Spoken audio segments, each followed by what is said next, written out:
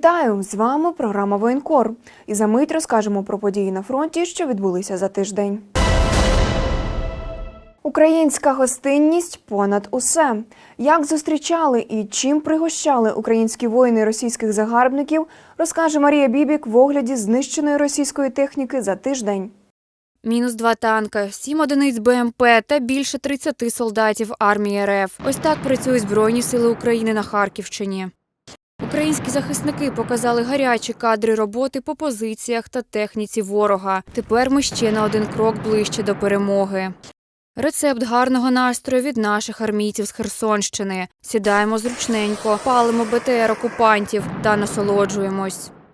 Українці – дуже гостинний народ, тому ось такі подарунки загарбники отримують регулярно. Кожного дня армія РФ втрачає сотні солдатів на полі бою. Українські бійці філігранно знищують ворога усіма можливими способами, аби наблизити нашу перемогу. Детальніше дивіться далі. На цьому відео росіяни провалили іспит з маскування, але завдяки бійцям Центру спецоперацій АСБУ вони все ж таки злилися з ландшафтом.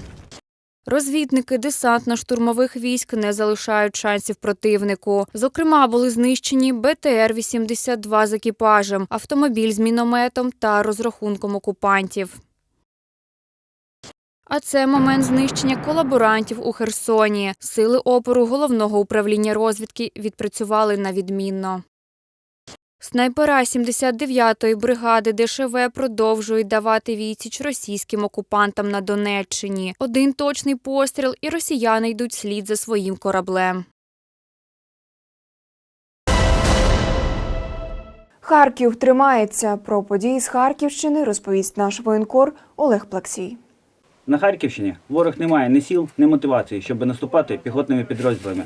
Тому останнім часом він тільки посилює артилерійські та ракетні обстріли. Щодня російські війська накривають щільним вогнем міста і селища Харківщини. Під час обстрілів противник використовує проти українських військових усе наявне в них артилерійське озброєння.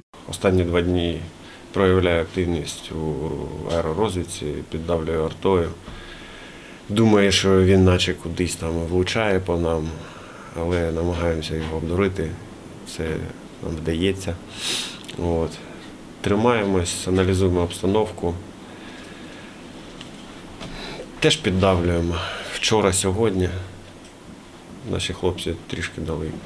Не дивлячись на постійний тиск з боку ворога, українські військові продовжують тримати оборону і завдавати окупантам відчутних втрат. Вони бояться продвигатися тільки вперед, спрятавшись на велику відстань і просто обстрілюють і все. Українські армійці говорять, що в такій тактиці вся суть супротивника. Вони бояться підходити ближче, тому обстрілюють з великої відстані. При цьому українським воїнам вдається не тільки тримати оборону, а й просуватися вперед на окремих ділянках фронту. Ракетами по мирним мешканцям. Росіяни днями вкотре вдарили ракетами по Краматорську. На місці побував наш воєнкор Олег Дудка. Російські війська вкотре нанесли ракетного удару по Краматорську. Цього разу постраждали будинки мирних мешканців. Наразі відомо про 3 постраждалих, проте під завалами ще можуть знаходитися люди. Згодом, за інформацією начальника Донецької військової адміністрації Павла Кириленка, стало відомо, що кількість постраждалих зросла до 5 осіб. На жаль, 1 людина загинула. Коли вже був приліт, я впав на землю, мені повилітало все скло. Російські загарбники щодня наносять ударів по місту. Смертоносні ракети знищують домівки місцевих мешканців. Внаслідок цього обстрілу вщент зруйновано 2 будинки. 21 будівля зазнала значних ушкоджень. Це уламок російської ракети комплексу «Іскандер-М». По Краматорську сьогодні прилетіло 2 таких. Це крилата ракета наземного базування. Посипались осколки, от це, що ми услышали. І 2 взрива. Ось моя хата, яка восстановленню не підлежить. Рашисти обстрілюють мирні райони Краматорська і намагаються спричинити якомога більше шкоди та руйнувань.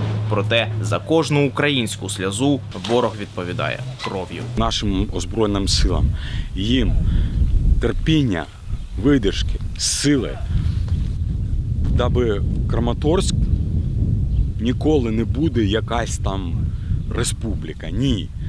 Ми завжди були, є і будемо Україна.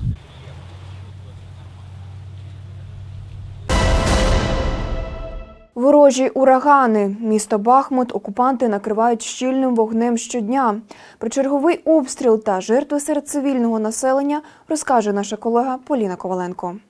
Щодня окупанти скоюють нові воєнні злочини. Цього разу під вогнем загарбників опинилося місто Бахмут. Його 4 рази обстріляли з ураганів.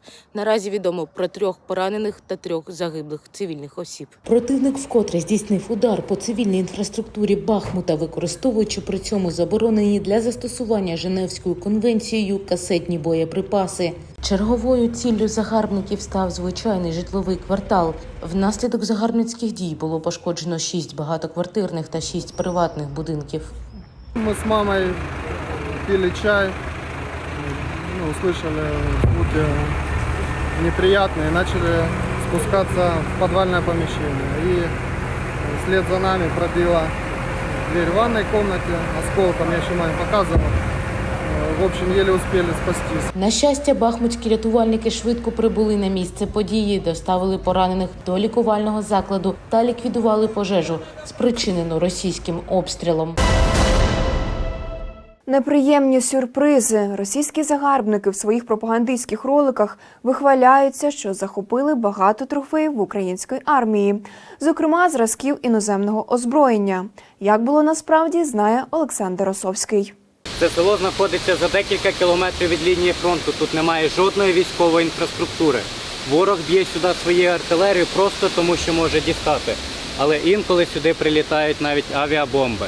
Тактика росіян давно відома. Коли вони безсилі проти нашої армії, нищать мирні села артилерією, накривають все, куди тільки можуть дістати.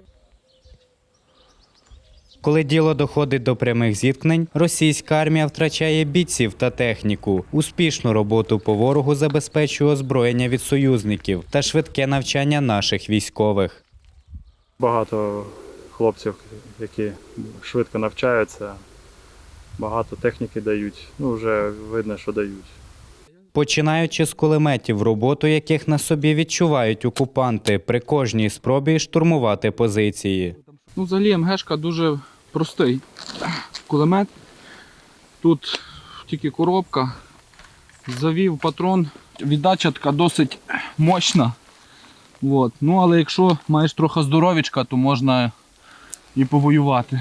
Вистачає і протитанкових засобів, виробництва різних країн та призначених для різних умов ведення бою. Спільне у них тільки завдання – знищувати російську техніку. Хлопців дуже веселять сюжети російської пропаганди про трофейне іноземне озброєння.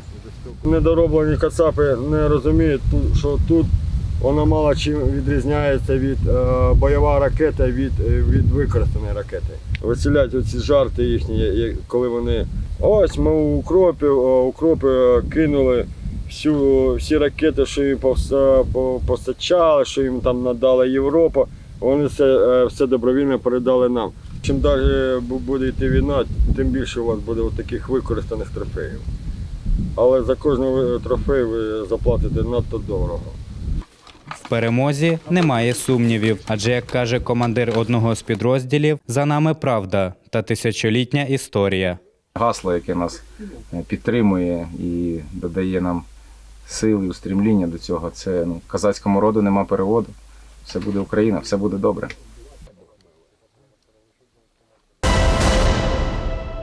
Це всі новини на сьогодні. Вірю в Збройні Сили України. Перемога за нами. Слава Україні!